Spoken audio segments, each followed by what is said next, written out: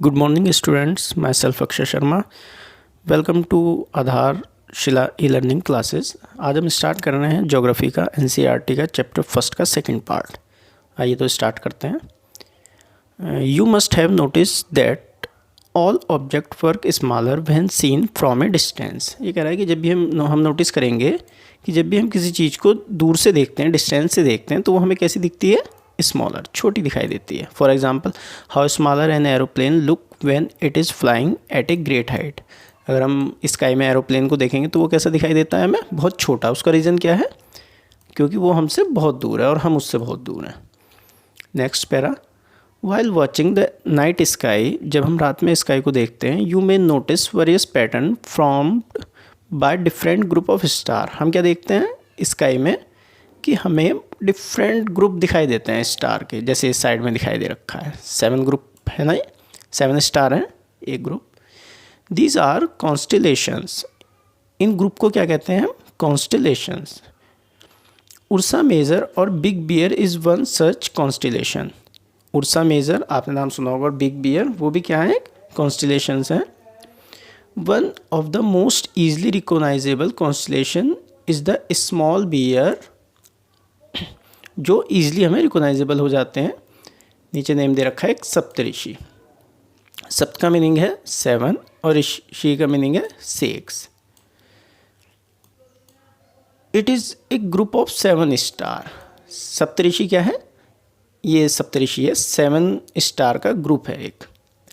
That forms a part of a large Ursa Major constellation. ये किसका part है?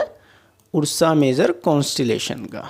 ठीक है, समझ गए कि डिफरेंट ग्रुप ऑफ स्टार जो है कॉन्स्टिलेशन कहलाता है। Next, ask someone elder in the your family और neighbourhood to show you more stars, planets and constellation in the sky. ये कह रहा है कि हम अपने फैमिली में किसी भी एल्डर की हेल्प से या नेबरहुड्स की हेल्प से स्टार को, प्लैनेट्स को देख सकते हैं, उनसे पूछ सकते हैं कि स्टार का पैटर्न कौन सा है। नेक्स्ट पैरा स्टार्ट करते हैं। इन एंशिएंट टाइम्स, बहुत टाइम पहले, people use to determine direction during the night with the help of star. बहुत टाइम पहले क्या होता था कि लोग नाइट में ट्रैवल करने के लिए, डायरेक्शन के लिए किसकी हेल्प लेते थे? स्टार की हेल्प। क्योंकि पहले रोड तो थी नहीं, तो लोग कैसे जाते थे? स्टार की हेल्प से जाया करते थे।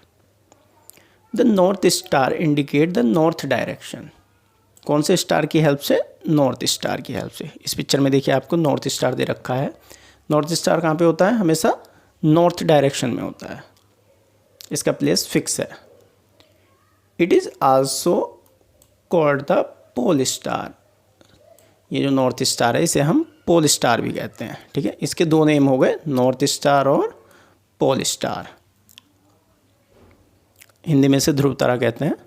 It always remain in the same position in the sky. इसकी पोजिशन स्काई में क्या है? सेम है, एक जगह है, fix. We can locate the position of the pole star with the help of Saptarishi. हम इसे सप्तऋषि की हेल्प से भी देख सकते हैं। देखिए ये सप्तऋषि हैं, ठीक है, ये 2 स्टार से सीधी डायरेक्शन में पोल स्टार है। ये स्काई में चमकने वाला सबसे तेज तारा है। Next, you will notice that if an imaginary line is drawn joining the pointer star and extended further, it will point to the pole star। ये कह रहे हैं ये जो लाइन दे रखी है, ज्वाइन कर रखी है हमने, ये हमें पोल स्टार को देखने में हेल्प करेगी। नेक्स्ट पैरा स्टार्ट करते हैं। Some celestial bodies do not have their own heat and light। ये कह रहा है कुछ सेलेस्टियल बॉडीज़ के पास अपनी हीट और लाइट नहीं होती। फर्स्ट चैप्टर पे क्या आया था?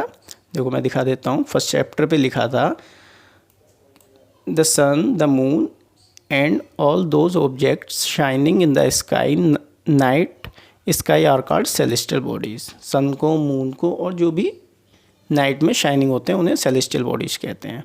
लेकिन यहाँ पे क्या दिया है? सम सेलेस्टियल बॉडीज, कुछ celestial bodies do not have their own heat and light. उनके पास अपनी हीट और लाइट नहीं होती। They are lit by the light of the stars. वो कहाँ से अपनी लाइट लेते हैं? सेलेस्टियल बॉडीज स्टार से। सच बॉडीज आर कॉल्ड प्लैनेट्स, उन्हें हम कहते हैं प्लैनेट्स। कुछ सेलेस्टियल बॉडीज़ के पास अपनी हीट और लाइट नहीं होती, वो स्टार की हेल्प से हीट और लाइट रिसीव करते हैं, तो हम उन्हें कहते हैं planets. The word planets come from Greek word planetai. Planet word कहाँ से आया है? ग्रीक वर्ड है ये, प्लैनेटाई वहाँ से लिया गया है, विच मीन्स वंडरर। उसका मीनिंग क्या है? प्लैनेटाई का मीन्स वंडरर। वंडरर मीन्स चारों ओर घूमने वाला। The earth on which we live is a planet. Earth कौन सा प्लैनेट है जिस पर हम रहते हैं? It gets all its heat and light from the sun. इस अर्थ के ऊपर हीट और लाइट कहाँ से आती है? अर्थ के पास अपनी तो हीट लाइट है नहीं, वो सन से रिसीव करता है। Which is our nearest star. Sun क्या है? अर्थ का नियरेस्ट स्टार है, सबसे पास star. If we look at the earth from a great distance से the moon, it will appear to be shining just as the moon. ये कह रहा है कि अगर हम अर्थ को मून से देखते हैं तो हमें अर्थ कैसी दिखाई देती है?